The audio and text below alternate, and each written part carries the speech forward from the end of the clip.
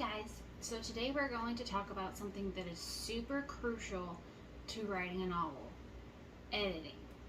Now, I know what a lot of you are thinking. Well, I don't have the money for editing. I can't afford editing. If there is any possible way that you can save money for a professional editor before you self-publish your book, especially as a self-published author, I highly 100% recommend it. I pay for editing. I am not an editor. I have found that I will switch my tense halfway through a book and I won't even notice it because it's my words, it's my world, and to my mind when I'm reading it, even after I've set it down for months and I go back later to read it, I'm still reading it as it's supposed to be, not necessarily as it actually is, if that makes any sense. And beta readers, critique partners, they're all well and good, but unless your beta reader is a legit, does editing as a profession, they're not going to catch everything. And let's be honest, editors don't catch everything either, but having an editor, you can tell when a book has seen an editor and when a book has not seen an editor. It is very obvious.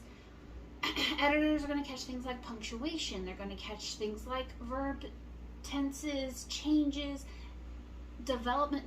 Look, very first book I ever published, I changed my character's hair color halfway through the novel, and I did not realize it. And I read the book 3 times before I sent it to my editor and did my own self-edits, and I did not catch that hair change.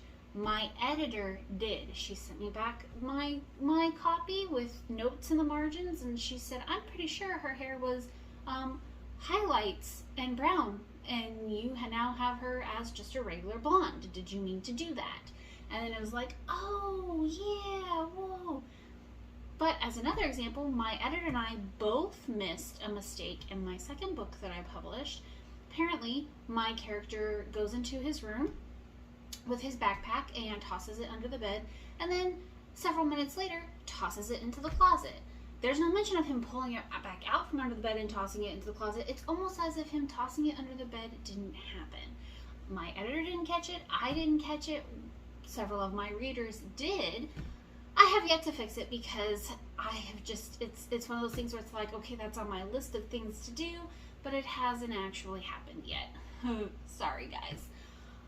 But editors make a difference, and if you are not someone who can polish your work to the best of your ability, trust me, 100% you want an editor.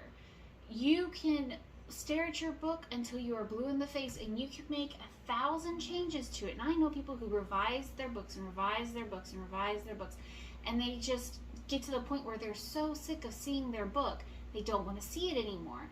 And it's not that you don't like your book anymore, it's just that you can't see the mistakes because it's your work. And at that point in time, that's when it's time to give it over to an actual editor. Now, there are different types of editors. I'm not going to get into that in this video. I will discuss that in a separate video for next week. But this week, I just want to stress the importance of an editor in general. Self-publishing gets a lot of a bad rap because, oh, well, you can just put anything up on Amazon if you just put a cover. And yes, you can put anything you want up on Amazon. Do you want to know what the very first mistake I made as a brand new published author? No editor. I was like, oh, I wrote these stories. I know that they're good. I enjoy them. Obviously, they must be ready. So I got a cover, a pre-made cover from someone online, and I tossed my book up there, and it was the worst thing I could have done. It hurt my brand. It hurt me. The comments that I got were pretty soul-crushing because I thought that my books were pretty spectacular. I really enjoyed the story. And the problem is that not everybody's going to enjoy the story if they get pulled out of the book every time there's a mistake.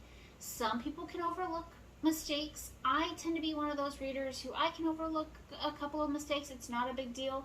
But when I am constantly being pulled out of the story because there's a period missing and there's quotation marks missing and I can't tell who's talking, that's when it becomes a problem.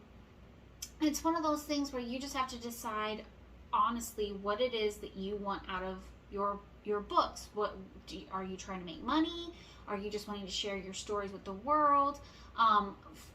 Personal opinion, if you're just wanting to share your stories with the world and you're not super worried about editing and you can't afford an editor right now, I really feel like the serial sites, Vella, Wattpad, Dream might be a better option to get started, because it doesn't seem like those require so much editing as, people don't look at those and be like, oh my gosh, they didn't get this edited and I can't believe that. That doesn't seem to be quite as big a deal with serial novels as the way it does with, say, like an actual ebook that you buy off of KDP. And I don't know if that's because of the price or what it is, but for whatever reason, it seems to be a whole different realm over there. But if you're going to go the regular route with, KDP or Draft to Digital or Ingram Spark, any of those, an editor is your best resource. An editor is a fresh set of eyes that is not your own. You ideally want someone who is professionally trained to be able to edit, so that way you don't have someone who's looking at your work who has no idea what they're doing, preferably someone who actually enjoys your genre and has read your genre so they know what the requirements are. But yes, as a new self-published author, that was something that I struggled with, because I wanted to publish and I thought that I could do it without an editor, and I was dead wrong. So let me reiterate. If you're going to self-publish, you need an editor. Have a nice day.